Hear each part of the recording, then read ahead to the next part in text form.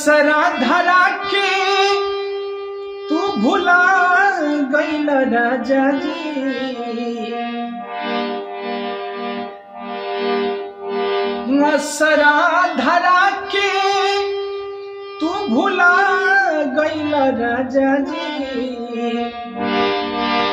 अरे होलिया में काहे घरे ना आइल राजा जी।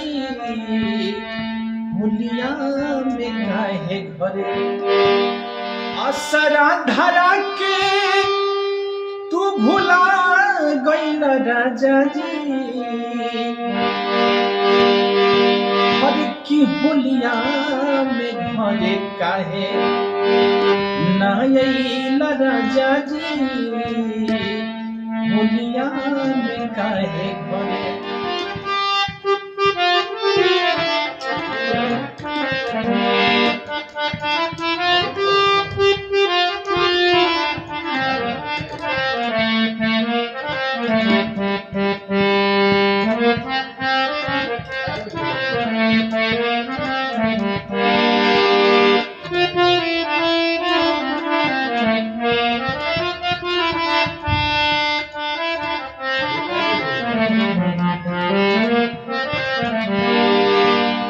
असरा धरा के तू भुला गइला राजा जी। होलिया में घरे कहे ना आइला राजा जी। बहुत सुंदर भाव है। एक पत्नी अपना पति से ये होली के महीना में कैसे कहती है कि असरा धरा के तू भुला गइला राजा जी। कि होलिया में नहीं कि होलिया में काहे घरे ना आइल राजा जी। होलिया में काहे घरे ना आइल राजा जी। होलिया में काहे घरे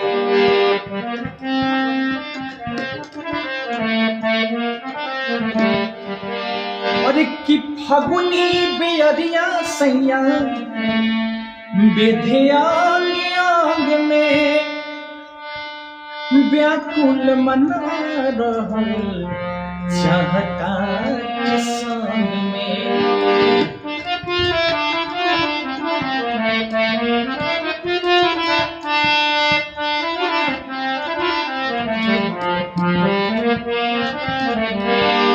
हरि की फगुनी बेअरिया सैया बेधे आंग आंग में और व्याकुल मनवा रहल चाहता के संग में।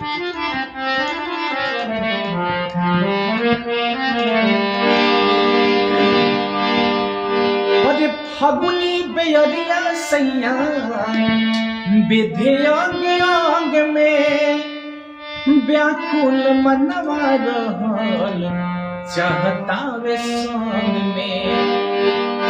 सगरी तुम जा किरकिरा गइल राजा जी।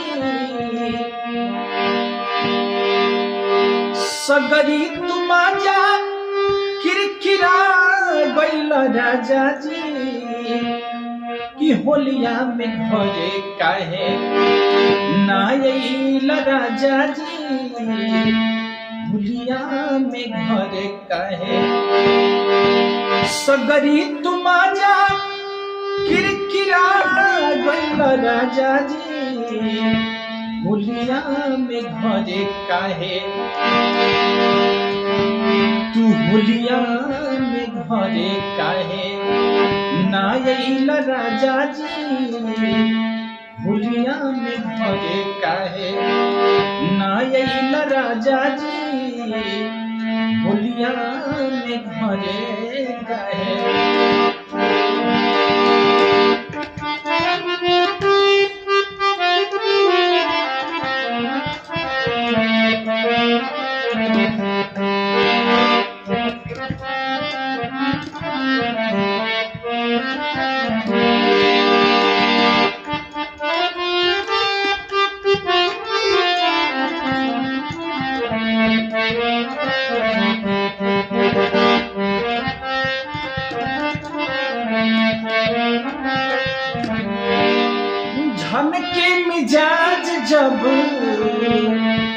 बोलेली कोयलिया नीमन न लागे सैया तुहरा बीन हलिया और झन के मिजाज सैया बोलेली कोयलिया अरे नीमन न लागे के तुहरा बीन हलिया।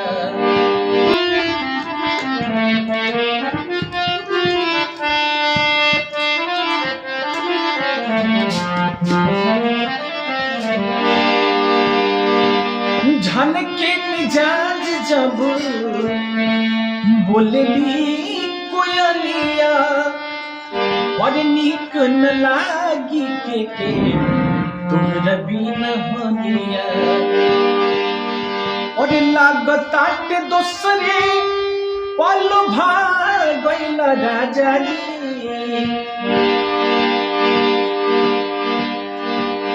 लागताटे दोसरे पल भागल राजा जी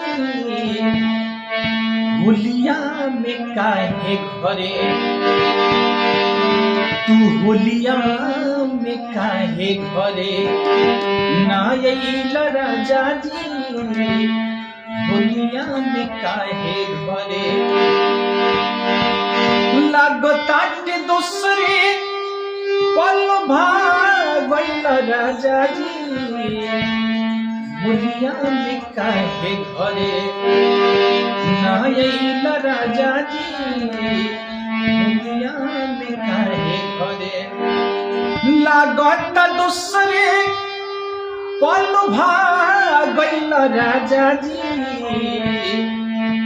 होलिया में घरे काहे ना आइल राजा जी होलिया में काहे घरे असरा धरा के तू भुला गइल राजा जी होलिया में काहे घरे ना आइल राजा जी होलिया में काहे घरे ना आइल राजा जी होलिया में काहे घरे। तो नमस्कार साथियों, आप सभी कैसे हैं? मैं उम्मीद करता हूँ कि आप सभी स्वस्थ होंगे। चलिए, आपको यदि वीडियो अच्छा लगता होगा आप कमेंट करके जरूर बताइएगा और साथियों चैनल पर नए हैं तो चैनल को सब्सक्राइब कर लीजिएगा। चलिए, बहुत बहुत धन्यवाद वीडियो में बने रहने के लिए।